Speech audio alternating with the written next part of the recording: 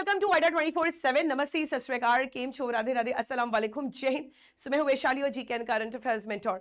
So today's session is very interesting. आज हम बात करने वाले हैं इंटरिम बजट 2024 के बारे में। A word of question is why interim budget, why not budget. तो इस चीज के बारे में बात करेंगे। उससे पहले गुजारिश है, एक बार फटाफट से सभी लोग सेशन को शेयर कर दीजिए। अगर आपने चैनल को नहीं सब्सक्राइब किया है तो इस चैनल को सब्सक्राइब कर दीजिएगा, फटाफट से लाइक कर दीजिएगा ताकि हमारी रीच बढ़ सके। सो गाइज, इंटरिम बजट को समझने से पहले हम बजट को समझेंगे क्या होता है। देखिए, बजट आपके कंट्री की for a particular period, that is financial year, इस पीरियड में आपकी जो इकोनॉमिक और जो फाइनेंशियल ट्रेजेक्टरी है उसको बताता है। वही इंटरिम बजट भी सेम एज बजट है, but it happens for a transition period, कुछ समय के लिए होता है। तो यहां पर इंटरिम बजट इस वजह से पेश किया गया है क्योंकि अभी लोकसभा इलेक्शंस होने वाले हैं अप्रैल मई में, जिसकी वजह से अभी कुछ पीरियड के लिए हम अपना रोड मैप तैयार किए हैं कि हमारी जो हम देखते हैं कि हमारी जो कंट्री की इकोनॉमी कैसे रहेगी और उसको फाइनेंशियल बैलेंस किस तरीके से किया जाए। इसीलिए इंटरिम बजट 2024 यहां पे पेश किया गया। तो ये जो आपका इंटरिम बजट 2024 है, ये हर साल हमारी जो finance minister Nirmala Sitharaman ji 1 Feb को यहां पे पेश करती हैं। चलिए इसके बारे में थोड़ा सा डिटेल में पढ़ते हैं। उससे पहले हम यहां पे एक चीज जानेंगे। एक बहुत बड़ा सवाल आता है लोगों की तरफ से, मैम इकोनॉमिक सर्वे क्या होता है, बजट क्या होता है, डिफरेंस क्या होता है दोनों में।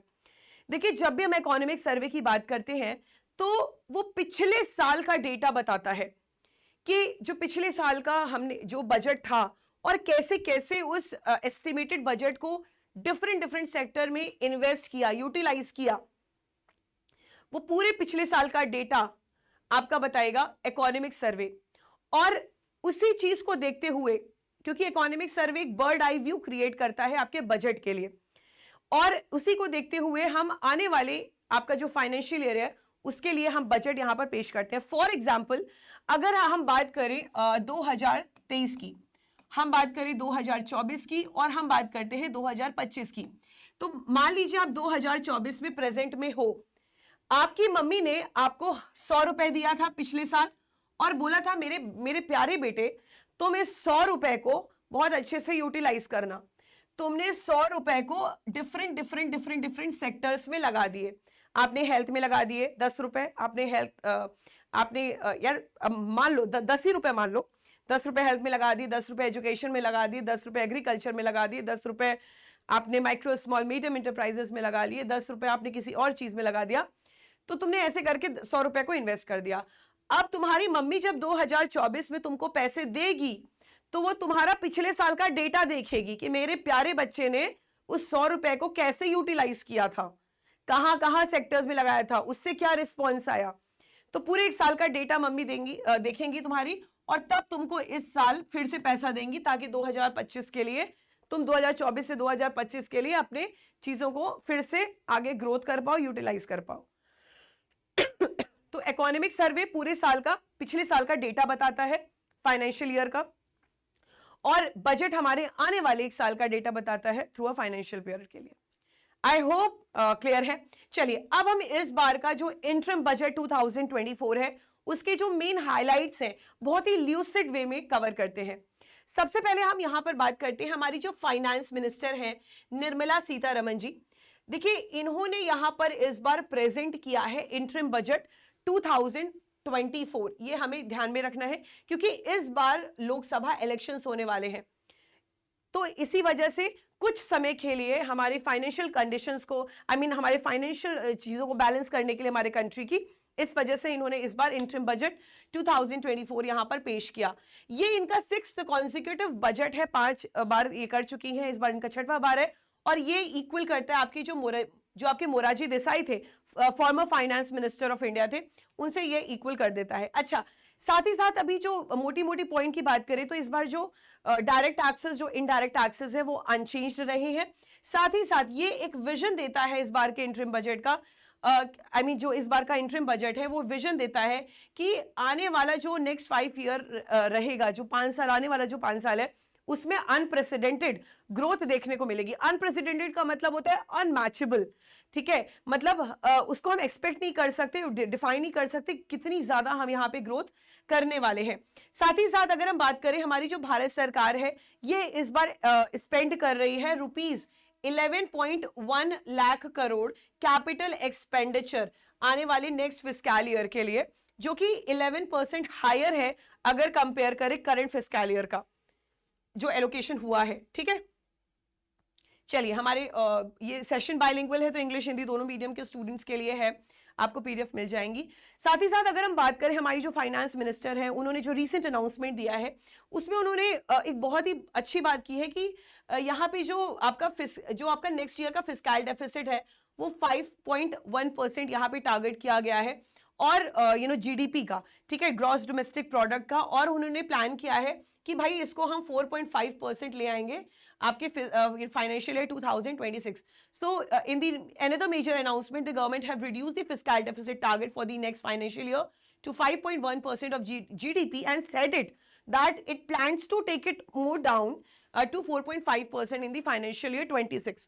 Right? So as I told you कि financial year start हो रहा है 1st of April से और जाएगा 31st of March तक, ठीक है। अब यहाँ पे जो फाइनेंस मिनिस्टर निर्मला सीतारमण ने बोला है कि जो हमारी इंडियन इकोनॉमी है ये विटनेस करेगी, इसने विटनेस किया है ग्रेट ट्रांसफॉर्मेशन जो पिछले 10 साल में, and it is absolutely true. जब से इनकी गवर्नमेंट आई है ये बहुत अच्छा परफॉर्म कर रहे हैं, बहुत अच्छा परफॉर्म कर रहे हैं।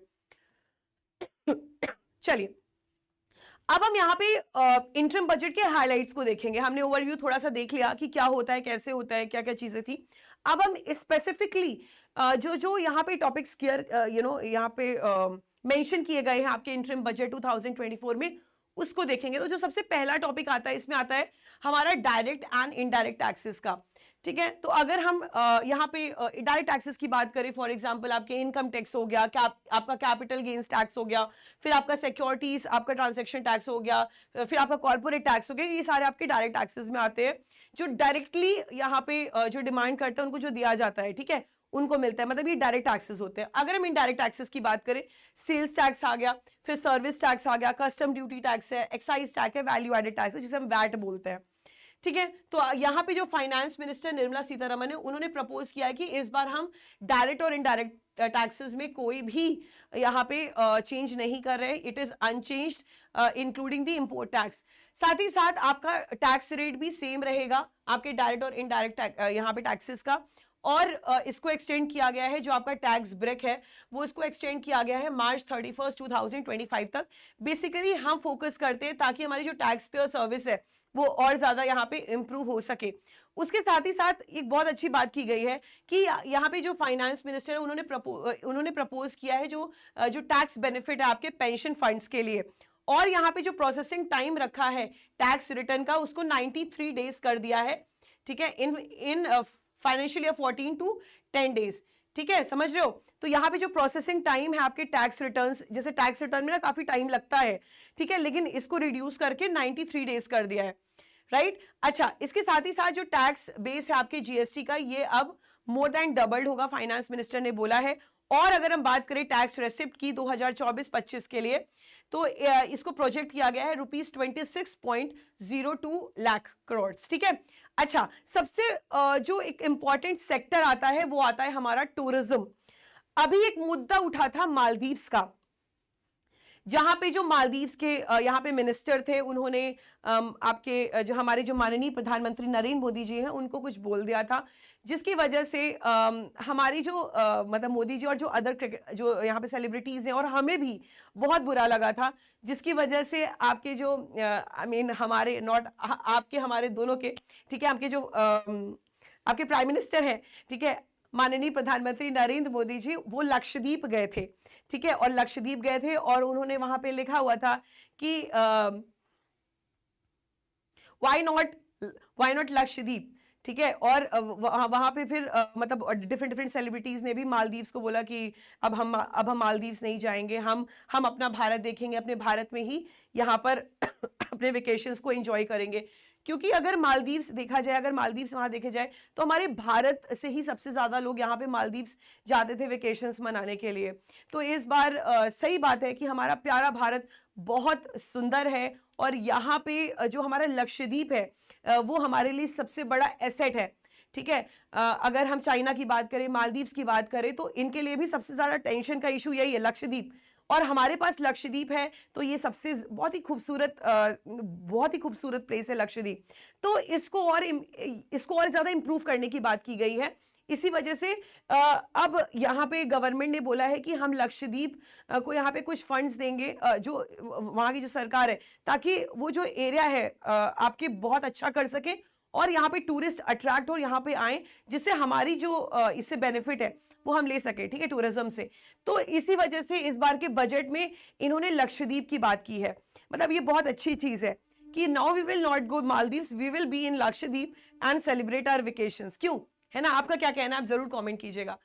तो यहाँ पे टूरिज्म की बात करते हुए उन्होंने बताया कि इंटरेस्ट फ्री लोन्स हम स्टेट्स को देंगे ताकि हमारी जो टूरिज्म है उसको प्रमोट किया जा सके, बिकॉज टूरिज्म से हमें सबसे ज्यादा लाभ होता है। India as a country is diverse, और डाइवर्स कंट्री में we have different temples, we have a lot of, हमारा अब राम मंदिर भी बन चुका है।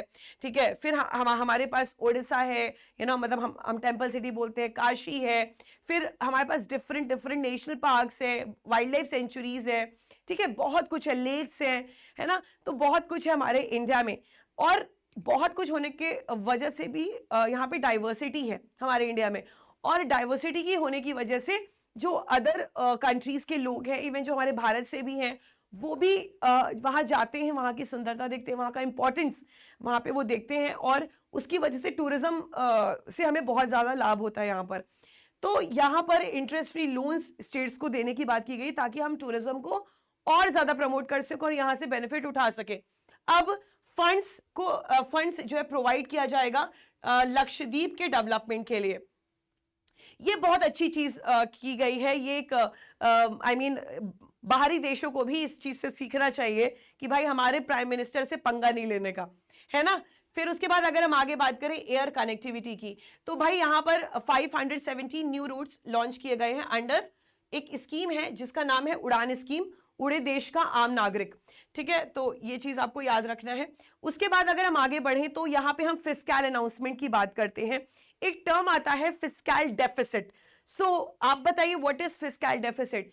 देखिए, फिस्कल डेफिसिट क्या होता है? हमारा जो टोटल रेवेन्यू है उसमें से जो आपका एक्सपेंडिचर है, हमारी जो कंट्री की टोटल रेवेन्यू है और जो टोटल एक्सपेंडिचर है, अगर उसका डिफरेंस हम देखें तो वो आपका फिस्कल डेफिसिट आ जाता है। ठीक है, तो यहाँ पर अगर हम कैपेक्स की बात करें, what is capex? It is capital expenditure. तो जो कैपिटल एक्सपेंडिचर आउटले है, ये इस बार हम कितना कर रहे हैं? रुपीज 11.11 लाख करोड़ कर रहे हैं। ठीक है, उसके साथ ही जो कैपिटल आउटले रहेगा वो इस बार 3.4% रहेगा आपके जीडीपी का, ग्रॉस डोमेस्टिक प्रोडक्ट का। वही फाइनेंशियल ईयर 24 की बात करें तो फिस्कल डेफिसिट टारगेट किया गया कि हम इसको रिवाइज करेंगे 5.8% ऑफ जीडीपी फ्रॉम 5.9%।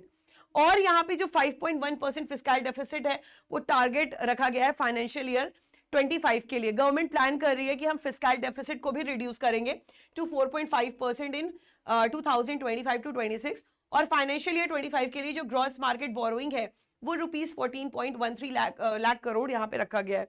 समझ लो, फिस्कल डेफिसिट समझ में आ गया? जो टोटल रेवेन्यू है कंट्री का माइनस दी टोटल एक्सपेंडिचर, तो जो अमाउंट बचता है वो फिस्कल डेफिसिट है। ठीक है, अब अगर देखा जाए जो नॉमिनल जीडीपी ग्रोथ है वो यहाँ पे देखी गई है कितनी? 10.5% देखी गई। और जब भी हम बजट पढ़ते हैं या इंटरिम बजट पढ़ेंगे तो यहाँ पे जो ग्रोथ परसेंट यहाँ पे बताया जाता है वो आपके एग्जामिनेशन के लिए इंपॉर्टेंट हो जाता है काफी। फूड सब्सिडी बताई गई है 2.12 लाख करोड़। और अगर हम यहाँ पे बात करें जो टोटल आपका रेसिप्ट है एस्टिमेट किया गया है रुपीज 30 लाख करोड़, इसको रिवाइज किया गया है estimated of rupees 20.99 lakh crore तक। ठीक है, आगे बात करते हैं। एक मेजर सेक्टर है रेलवेज। देखिए, रेलवेज में अप एंड डाउन होते ही रहते हैं। ठीक है, अब रेलवेज को भी हमें अच्छे से इंप्रूव इसलिए करना है ताकि देखिए जब भी कम्युनिकेशन की बात आती है तो रेलवे सबसे पहले आता है। हमने भोपाल गैस ट्रेजेडी देखी थी, मूवी भी आई थी भोपाल गैस ट्रेजेडी पे, है ना, the railway man I think करके। तो उसमें भी see the communication forms the major part of safety, you know, for safety, है ना। तो इसीलिए यहाँ पर रेलवेज का बहुत बड़ा रोल हो जाता है in terms of reducing the communication time, in terms of reducing the cost of the people, है ना। तो ये रेलवेज बहुत एक इंपॉर्टेंट सेक्टर है। तो यहाँ पे रेलवेज के लिए क्या बोला गया है, रेल के लिए क्या बोला गया है, देखो तो 3 मेजर इकोनॉमिक रेलवे कॉरिडोर्स हैं, उसको यहाँ पर देखिए अंडर पीएम गति शक्ति इसको इंप्रूव किया जाएगा ताकि हम कॉस्ट को रिड्यूस कर सकें और जो उसकी लॉजिस्टिक एफिशिएंसी है वो और ज्यादा इंप्रूव हो सके। उसके बाद यहाँ पे जो energy, mineral and cement corridors उसके निर्माण की बात की गई है, पोर्ट कनेक्टिविटी कॉरिडोर्स की बात की गई है, हाई ट्रैफिक डेंसिटी कॉरिडोर्स की भी बात की गई है। और सबसे अच्छी बात 40,000 जो नॉर्मल ट्रेन की जो बोगीज हैं उसको यहाँ पे ये कन्वर्ट करेंगे हाई स्पीड वंदे भारत में। ठीक है, तो वंदे भारत ट्रेन आप सभी को पता है, Vande Bharat is the fastest operating train in India. और वंदे भारत के जस्ट बाद आती है गतिमान एक्सप्रेस। तो पहले नंबर पे तो पहले देखा जाए तो गतिमान थी, लेकिन अभी सरकार ने यहाँ पे वंदे भारत चला दी। तो Vande Bharat fastest operating train है हमारे प्यारे भारत इंडिया की। चलिए आगे अगर हम बात करें, हम बात करेंगे पीएलआई स्कीम की। अब पीएलआई स्कीम यहाँ पे इस स्कीम के तहत ₹6,200 करोड़ यहाँ पे रखा गया है। अच्छा, एग्रीकल्चर, एग्री बहुत ज्यादा एक इंपॉर्टेंट सेक्टर है हमारे सॉरी गाइस, हमारे इंडिया का। तो यहाँ पे एग्रीकल्चर की बात करें तो यहाँ पे प्रमोट करने की बात की गई है इन्वेस्टमेंट को, post harvest activity both private और पब्लिक सेक्टर का सपोर्ट लेके यहाँ पे जो एक्टिविटी है हार्वेस्ट एक्टिविटी उसको इंप्रूव करेंगे। साथ ही साथ हम यहाँ पे एम्पावर करेंगे डेयरी फार्मर्स को, और यहाँ पे मोर एफर्ट्स लाया गया है ताकि हम फूट और माउथ डिसीज को भी कंट्रोल कर सके। और क्रॉप इंश्योरेंस इसको यहाँ पे 4 करोड़ फार्मर्स को दिया जाएगा बेसिकली अंडर पीएम फसल बीमा योजना। तो हमने यहाँ पे अभी तक 3 योजना की बात की। पहला जो योजना है वो हमने उड़ान स्कीम की बात की है, उड़े देश का आम नागरिक। दूसरी स्कीम की बात की गई है रेल के लिए, ठीक है। वो रेल का जो स्कीम थी वो कौन सी थी, वो थी आपकी पीएम गति शक्ति, ठीक है। उसके बाद हमने बात की है यहाँ पे बेसिकली हमने बात की यहाँ पर पीएम फसल बीमा योजना की, ठीक है।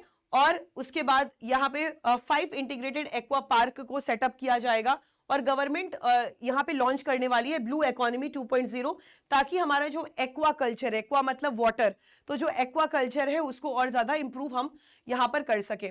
उसके बाद बात करते हैं हेल्थ केयर की। देखिए हेल्थ केयर भी एक बहुत इंपॉर्टेंट सेक्टर है, बिकॉज अगर हम एक बेसिक चीज देखें तो हमारी अगर हेल्थ अच्छी रहेगी तो अगर हम घर की बात कर ले, जब भी हम बीमार होते हैं तो सबसे ज्यादा पैसा आपके दवाई उसमें जाता है ना। तो इसी वजह से हेल्थ एक इंपॉर्टेंट सेक्टर है कि अगर हम सबकी हेल्थ अच्छी रखेंगे या मतलब कोशिश करेंगे कि हेल्थ सही रहे हमारी, तो हमारा जो एक इकोनॉमिक कंडीशन है वो इंप्रूव होगा, है ना। तो यहाँ पर हेल्थ की भी बहुत एक यहाँ पे प्रायोरिटी दी गई है।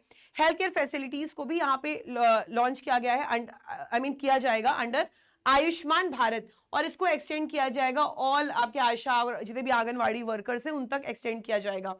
साथ ही साथ गवर्नमेंट प्लान कर रही है कि ये सेटअप करेगी हॉस्पिटल्स आपके सारे डिस्ट्रिक्ट्स में, और आपका वैक्सीनेशन 9 से 12 इयर्स के यहाँ लोगों जो गर्ल्स हैं हमारी उनको लगेगा जो सर्वाइवल कैंसर से पीड़ित है। अब अगर हम हाउसिंग की भी बात करें तो यहाँ पे घर को यहाँ पे सेटअप करने के लिए थ्रू पीएम आवास योजना, तो यहाँ पे 2 करोड़ हाउसेस को बिल्ड करने की बात की गई है। और यहाँ पे जो मिडिल क्लास के लिए भी प्लान रखा गया है कि वो यहाँ पे न्यू हाउसिंग कैसे कर सके या नया हाउस कैसे बना सके। अब हम यहाँ पे कुछ हाईलाइट करेंगे इंडिया के ग्रोथ का। अभी तक हमने डिफरेंट सेक्टर्स की बात करी, अब हम प्यारे भारत इंडिया की ग्रोथ के बारे में देखते हैं। तो यहाँ पे नेक्स्ट 5 इयर्स तक जो ग्रोथ रहने वाली है, फाइनेंस मिनिस्टर का कहना है कि वो अनप्रेसिडेंटेड रहेगी, अनमैचेबल रहेगी, बहुत अच्छी ग्रोथ रहेगी। साथ ही साथ नेक्स्ट जनरेशन जो आपका रिफॉर्म रहेगा, अगर हम बात करें हमारी जो स्टेट गवर्नमेंट है इसमें भी उनका काफी ज्यादा अच्छा रोल रहेगा। और गवर्नमेंट जो है वो ईस्टर्न रीजन को हम कह सकते हैं इंडिया के ग्रोथ का ड्राइवर बनाने की बात की गई। ड्राइवर का मतलब ये है कि अगर ईस्टर्न रीजन ग्रो करेगा तो वो हमारा ड्राइव कर जाएगा हमारे इंडिया की ग्रोथ। मतलब हमारी उसी से हमारी इंडिया की जो ग्रोथ रहेगी वो काफ़ी ज़्यादा इंप्रूव होती चली जाएगी, क्योंकि बाकी एरिया तो है। अब यहाँ पे जो नॉर्थ जो जो आपके ईस्टर्न रीजन है उसको भी यहाँ पे अच्छा करने की बात की गई है, ठीक है, इंप्रूव करने की बात की गई है। अच्छा, इसके साथ ही साथ 1 करोड़ हाउसेस, इनको 300 यूनिट ऑफ फ्री पावर मिलेगा under new solar power policy.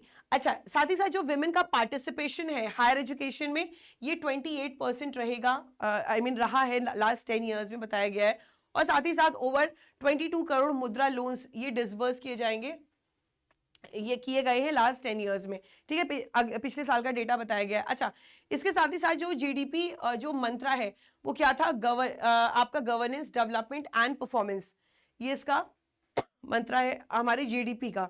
अच्छा, उसके बाद जन धन अकाउंट्स की बात की गई, उसने हेल्प किया गवर्नमेंट को कि यहाँ आई मीन हेल्प किया है, ठीक है, ओवर ₹2 लाख करोड़ तक का।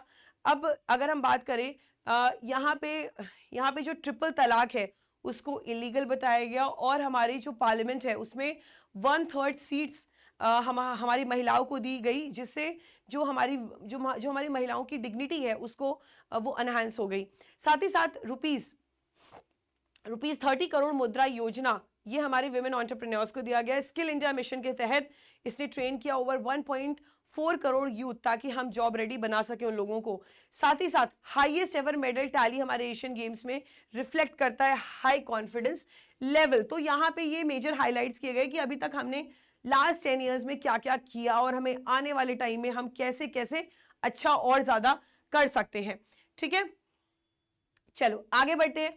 अब हमने एक चीज और देखी कि जो डायरेक्ट ट्रांसफर्स थे ₹34 लाख करोड़ का आपके बेनिफिशियरीज को, ये हमारी गवर्नमेंट की ये बिग सेविंग थी। साथ ही साथ लास्ट 10 ईयर्स में गवर्नमेंट ने अपलिफ्ट किया है 25 crore people out of poverty, right. अच्छा, साथ ही साथ जो आपका गरीब युवा, महिला और आपका जो अन्नदाता है, ये हाईएस्ट प्रायोरिटी थी, और उनका कल्याण आपके देश का कल्याण था। साथ ही साथ अगर हम हमारे भारत की अर्थव्यवस्था की बात की जाए तो ग्रेट ट्रांसफॉर्मेशन हुआ है लास्ट 10 ईयर्स में, ये हाईलाइट करता है।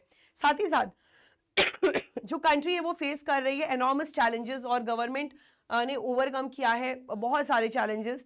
इट इज ट्रू कि इनकी सरकार में लिटरली अगर हम बात करें तो बहुत ज़्यादा चैलेंजेस आए, जिसको बहुत ही अच्छे तरीके से यहाँ पे टैकल किया गया। और उसके साथ हमने बात की सबका साथ सबका विकास, ठीक है। हमने यहाँ पे इंक्लूजन की बात की गई, इंक्लूसिव एनवायरनमेंट की बात की गई है, ठीक है, समावेशी विकास की बात की गई है, जिसमें सबका साथ सबका विकास एक बहुत अहम यहाँ पे चीज है। पिछले साल भी जब बजट पब्लिश किया गया था 2023 का जो बजट था, उसमें हमने 7 प्रायोरिटीज की बात की थी, ठीक है, जिसमें यूथ था, जिसमें एग्रीकल्चर था, जिसमें एजुकेशन था, इंक्लूसिव डेवलपमेंट था, इंफ्रास्ट्रक्चरल ग्रोथ था। और हमने पिछले साल के बजट में भी बहुत सारी चीजें देखी थी, जिसमें हमने 7 प्रायोरिटीज बोले तो सप्तऋषि की बात की थी। इस बार के चीजों में भी हाईलाइट किया गया है, literally we had done our inclusive development, ठीक है, सबका साथ सबका विकास। उसके साथ ही साथ जो आपके डेवलपमेंट का फ्रूट्स है वो हर एक स्टेट को यहाँ पे मिला है, ऐसा बताया गया है इस बार के बजट में। अब जो फ्री राशंस थे उसकी भी कोई दिक्कत नहीं है, अब एमएसपी इसको इंक्रीज कर दी गई पेरियोडिकली, आपके अन्नदाता उसको, और गरीब युवा, महिला और अन्नदाता आपकी हाईएस्ट प्रायोरिटी थी इस बार। अब ये तो आपका पूरा का पूरा इंटरिम बजट 2024 था। अब यहाँ पे जो कंक्लूजन है अगर हम बात करें तो इस चीज को यहाँ पर देखते हैं, बहुत ही खूबसूरत चीज यहाँ पे दी गई है। देखिए, जो इस बार का इंटरिम बजट था, जो फंक्शन है, वो एक प्रोविजनल फाइनेंशियल प्लान है इस साल के इलेक्शन ईयर का, जो एड्रेस करता है इमीडिएट यहाँ पे फाइनेंशियल नीड है, जो इमीडिएट फाइनेंशियल नीड है उस चीज को यहाँ पे ये टेक ओवर करता है जब तक हमारी नई सरकार नहीं आ जाती है। ये जो कॉम्प्रिहेंसिव यूनियन बजट है ये अनवील करता है पोस्ट इलेक्शंस जो इस साल का जो बजट है ये पेश किया जाएगा आफ्टर अप्रैल में, जब आपका यहाँ पे इलेक्शंस हो जाएंगे, आपके लोकसभा इलेक्शंस हो जाएंगे, उसके बाद यहाँ पे ये पेश किया जाएगा। इंटरिम बजट रिफ्रेम करता है एक सिग्निफिकेंट और फार रीचिंग पॉलिसी डिक्लेरेशन। साथ ही साथ अगर हम बात करें ये जो कल बजट सत्र शुरू होने से पहले ही प्रधानमंत्री नरेंद्र मोदी जी ने कहा था कि इस बार का जो इंटरिम बजट है वो भारत को दिशा निर्देश देगा, इट विल प्रोवाइड दिशा निर्देश फॉर इंडिया। तो ऐसा हमारे माननीय प्रधानमंत्री नरेंद्र मोदी जी ने कहा था। So I hope you love the session. आपको कैसा लगा ये इंटरिम बजट 2024 का सेशन बाय मी? कमेंट करके जरूर बताइएगा। हमने बहुत सारी चीजें बहुत अच्छे तरीके से कवर की हैं, और सेशन को शेयर डेफिनेटली कर दीजिएगा अपने ग्रुप्स में, एस्पायरेंट्स में, ताकि वो भी इस चीज का लाभ उठा सके। और वो कहते हैं ना कि सबका साथ सबका विकास, तो यस, आपके साथ ही सबका विकास होना चाहिए। चलिए, thank you everyone, love you all, जय हिंद। मिलते हैं नेक्स्ट सेशन में, बाय बाय, टेक केयर, जय हिंद स्टूडेंट्स।